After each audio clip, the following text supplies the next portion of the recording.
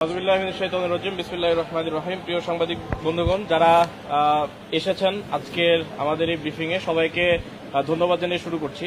আজকে আমরা কথা বলেছি দুটি স্পেসিফিক বিষয়ে। প্রথমটা হচ্ছে যে বিশ্ববিদ্যালয়ে ডাকসু নির্বাচন অনুষ্ঠিত হবে, এটি সাধারণ চিরচারিত নিয়ম, কিন্তু দুঃখজনকভাবে আজকে যখন আমরা এই দাবি নিয়ে গেলাম যে আগামী 1 মাসেরও কম সময় আছে যে নির্বাচিত ডাকসুর, ফলে পরবর্তী ডাকসু কখন হবে এই প্রশ্ন যখন আমরা বিশ্ববিদ্যালয় প্রশাসনকে করেছি, ট্রেজারার মহোদয় বলেছেন যে কোনো ধরনের সিদ্ধান্ত নেওয়া হয়নি যে ডাকসু কবে হবে। এই কারণে ইউজিসিকে চিঠি পাঠানো যায়নি এবং বাজেট বরাদ্দ হয়নি ডাকসুর জন্য। অথচ আমরা ডাকসুর যে বাজেট, এই বাজেট নিয়ে একদম এই ডাকসুর শুরু থেকে কথা বলে আসছি, কিন্তু দুঃখজনক ভাবে হলেও সত্য, পরবর্তী ডাকসু তারা কিভাবে বাস্তবায়ন করবেন সেই বিষয়ে এখন পর্যন্ত তারা কোনো সিদ্ধান্ত নিতে পারেননি।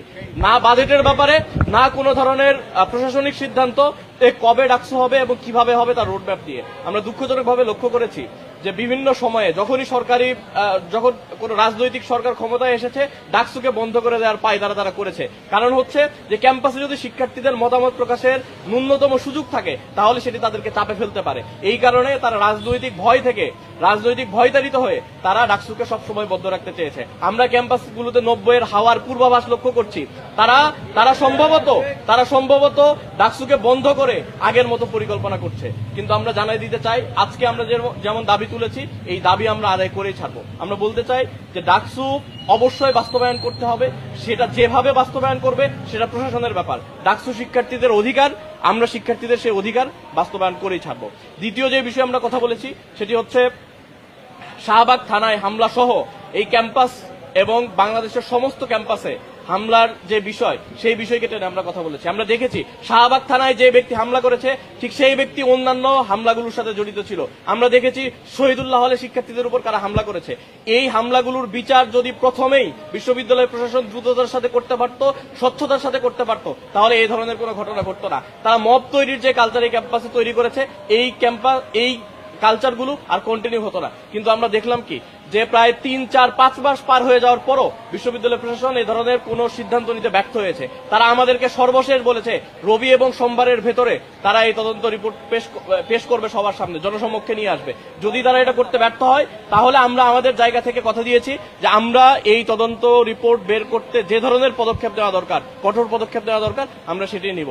আমরা বিশ্বাস করি যে জুলাই পরবর্তী যে বিশ্ববিদ্যালয় প্রশাসন এসেছে সেই বিশ্ববিদ্যালয় প্রশাসন অবশ্যই শিক্ষার্থী বান্ধব হবে, কিন্তু তাদের কার্যক্রমের মধ্য দিয়ে তারা এটা প্রমাণ করতে ব্যর্থ হয়েছে। যখন ডাকসু নির্বাচনের জন্য আলাদা করে ফান্ড দেওয়া হয় না, যখন ডাকসু নির্বাচনের জন্য আলাদা বাজেট থাকে না, তখন এটা প্রশ্ন করতেই হয় যে ঠিক কোন কারণগুলোতে তারা বাজেট দেয় আর কোন কাজগুলোকে তারা অপ্রয়োজনীয় মনে করে। তারা কি ডাকসুকে অপ্রয়োজনীয় মনে করে? যদি মনে করে সেটা তাদেরকে স্পষ্টভাবে বলতে হবে। কিন্তু আজকে করব, কালকে করব, এভাবে সময় বাড়িয়ে, সময়কে প্রলম্বিত করে এটাকে টেনে নিয়ে যাওয়ার সুযোগ নাই।